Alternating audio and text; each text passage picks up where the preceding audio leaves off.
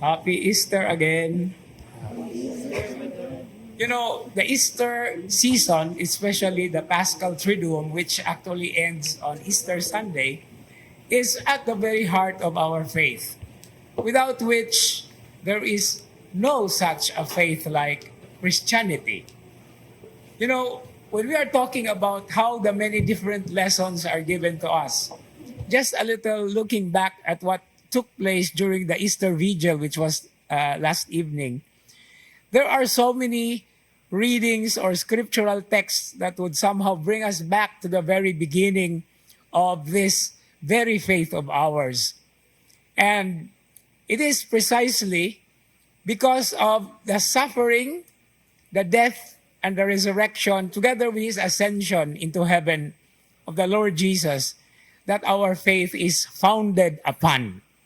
That's why when we read scriptures or the Bible, especially in the Gospels, what is at the heart of every Gospel account is not in the middle part of the chapters. Like for example, if we were talking about the Gospel of St. Matthew or the Gospel of John or Mark or Luke, it's not in the middle part of the chapter that is the heart. We are always conditioned nga, naagani sa to nga, maugin na ang kasing-kasing. But in every and in all gospel accounts or narratives, the very heart is during the suffering or passion, death, and resurrection of the Lord, which actually is, by the way, the last part of every gospel account. But this very heart of our faith and the very heart of the gospel has something to do with the significant and the most meaningful act of redemption. And when we use the word redemption, it is actually a commercial term. Because redemption is actually, og sa ato pa ng pinulungan, gitubos. No, og naa kay alahas nga imong iprinda, imuha na siyang, kung sa'y tawag na to, ana? O, tubson. Lukaton og balik. That's why redemption is actually paglukat. And this is what the Lord has done for each and every one of us. And we are sinners, all of us, we have been redeemed, we have been bought back. We have been brought back into the relationship with our Father through Him, who is the Father's Son. And this is the very reason why every time we come as a Eucharistic community, we always take into perspective this very moment.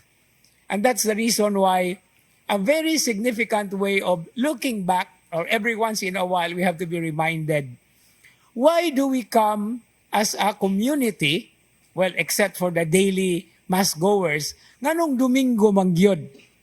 Why is it Sunday and not any other day? If we gather every Saturday, we are called Sabadista, but we are not Sabadista, right? We are gathering every Sunday. Nga naman, why? If you carefully listen to the very first phrase or the very first words of today's gospel reading, and in every resurrection account in the Gospels, in the Bible, it always begins with, on the first day of the week. And what is the first day of the week?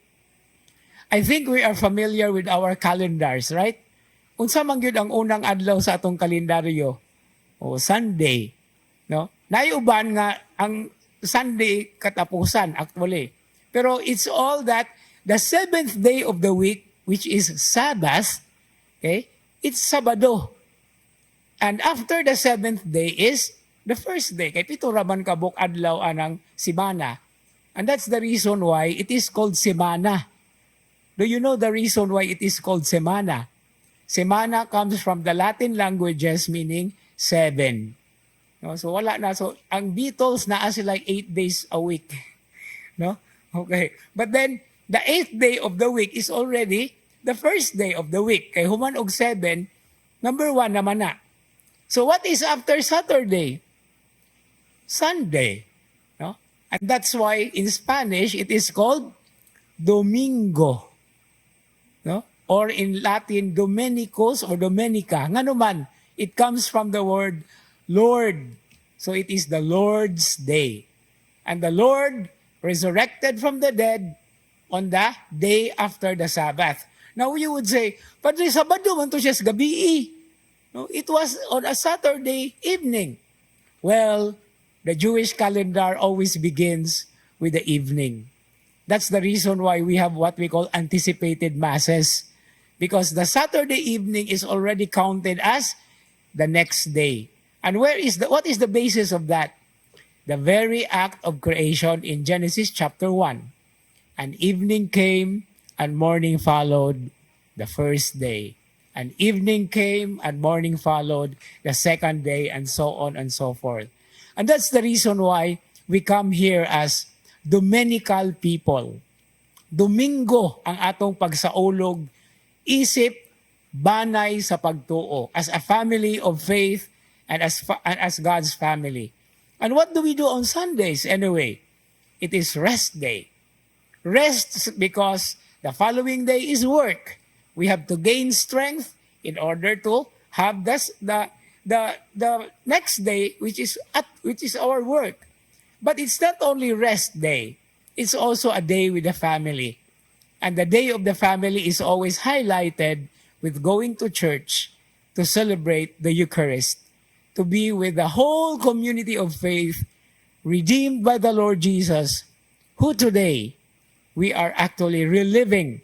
And every time we come and we gather, as we proclaim His death and resurrection, we become hopeful for the time that He will come again as our judge. And finally, where He is going to show to us the very destiny that we are actually preparing ourselves and God has prepared for us.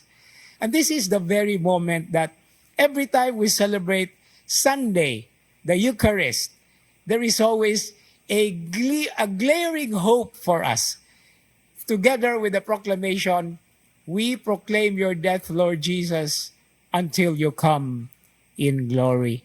And so hopeful as we are, despite the many challenges and problems in our lives, we remain to be people of the Lord, celebrating His great love, forgiveness, passion, and death for each and every one of us on a Sunday, Adlaw sa Ginoo, Domingo.